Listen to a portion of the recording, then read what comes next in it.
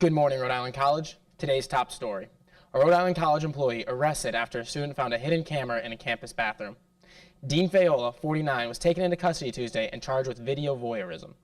Police say a student noticed the lens hidden in the ceiling of the Donovan Dining Center bathroom when he reported the device was gone minutes later. The student captured the video, turned it over to police. The school confirms Fayola has been suspended and banned from campus. John Tabarelli, a RIC spokesperson, commented that RIC police searched all public restrooms on campus and did not find any more cameras. Due to the investigation still being ongoing, he did not provide any further information. On Tuesday night, the Office of the President released a statement revealing that an employee of the college had been arrested and charged with the connection to this incident. Students say they're shocked and concerned. If convicted, Fayola faces up to 3 years in prison. Please remember that safety is a priority on campus. If you see something, say something. Campus police are available at 401-456-8888, and blue box phones are located around campus. A Rhode Island icon changing hands. Olneyville, New York system, famous for hot wieners all the way, sold after nearly 80 years of family ownership. Fourth-generation owners Greg Stevens and Stephanie Stevens-Torini announcing the sale to Audrain Hospitality, also known as the Heritage Restaurant Group.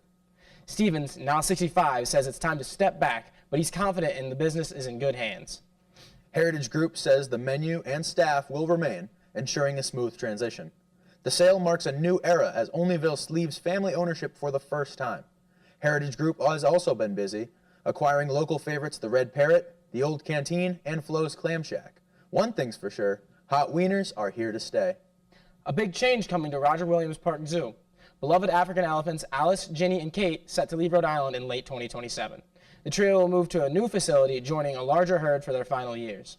Zoo officials say the move ensures they have a companionship as they age. Alice, Ginny, and Kate, together nearly for 40 years, first arrived in Providence in 1990. Staff call the decision difficult, but necessary for their well-being. Visitors have 2.5 years to say goodbye, and a big 40th birthday celebration is planned this summer. Once they leave, the zoo has no plans to bring in more elephants. It is the end of an era, but a new beginning for these gentle giants. Let's send it over to Reagan for the weather. Thanks, Tim. This is the weather we have been waiting for, anchors. Today it's going to be a nice 50 degrees, a long-awaited break from the weather we've been having recently. This kind of weather is going to continue until Sunday, where the high is going to drop to the mid-30s for Sunday and Monday. The week's looking pretty dry with a high likelihood of rain on Thursday. Take advantage of the nice weather this week. Maybe leave that winter coat back home and take a cool scenic walk around campus. I'm Reagan Gould with the weather. Back to you, Tim. Thanks, Reagan. Now we're going to send it over to Tim with sports. Thanks, Tim. Anchor Nation, what's cooking? I'm Tim Mean with your weekly Anchor TV sports recap. What a season has been for the men's basketball team. On Saturday the 22nd, the Anchormen were able to down the top team in the LEC, Keene State, with a 67-66 win. Dwayne Robson-O'Hagan was able to connect on the game-winning layup, and following a key block from fifth-year Usman Kuruma, the Anchormen were able to down the Owls in an upset. In the opening round of the LEC tournament, the Anchormen put on a show once again versus UMass Dartmouth, sailing by the Corsairs 80-64. Usman Kuruma controlled paint presence throughout the matchup with a 24-point, 15-rebound, and 3-block performance in the win. Deshaun Tangbae also notched double figures with a 16-point effort. Women's Hoops had a strong weekend as well.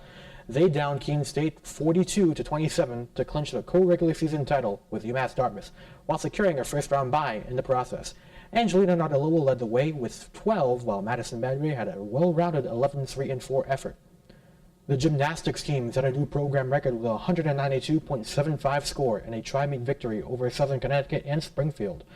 Olivia Keys continued her strong performance from last week, first-place finishes in bars and floor alongside a second-place finish in the all-around, with teammate Olivia Krause securing the first-place finish there.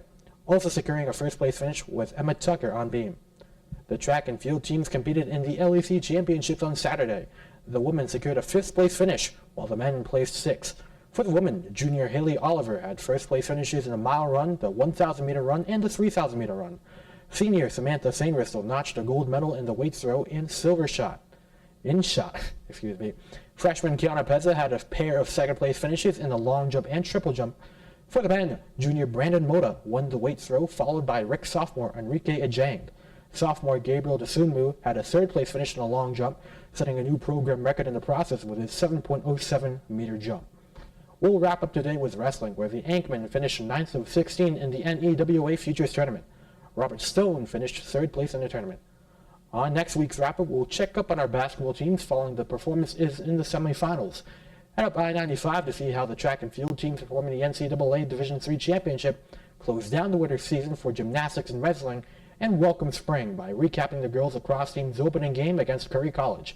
For now, this has been Tim, Anchor Country. Let's ride. Back to you, Tim. And now to see what's happening on campus with Eliza and Kelsey. Thanks, Tim. Coming up this week in sports. On March 2nd, the wrestling team will be meeting for the NCAA Northeast Region Championship, and women's gymnastics will be meeting at Brown. On Monday the 3rd, women's lacrosse will host Curry College. Men's tennis will play at the University of St. Joseph on March 6th. March 7th will see both the men and women's track and field teams meeting for the NEIC AAA Championship. The baseball team will also be away at Stevenson University. Wrapping up the week, on Saturday the 8th, the softball team will play at the University of Northwestern and the Wentworth Institute of Technology. The women's lacrosse team will also take on Mass Maritime Academy. Also this week, join Open Books, Open Minds on Monday, March 3rd from 12 to 2:30 p.m. in Alger 110 for a screening of Will and Harper. When Will Ferrell finds out his close friend of 30 years is coming out as a trans woman, the two decide to embark on a cross-country road trip to process this new stage of their relationship in an intimate portrait of friendship and transition. Also on March 3rd, Anchor TV and the Film Society are hosting Film Trivia. Join us in the bistro from 7 to 9 p.m. to test your film knowledge. The International Women's Day Dinner will take place on March 6th from 4 to 6 p.m. in Gage 200.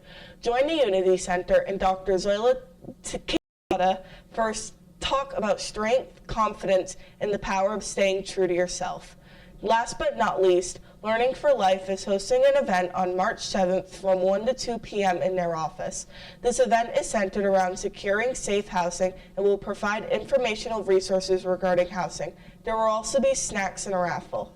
Back to you, Tim and Brody. Thank you, Eliza and Kelsey.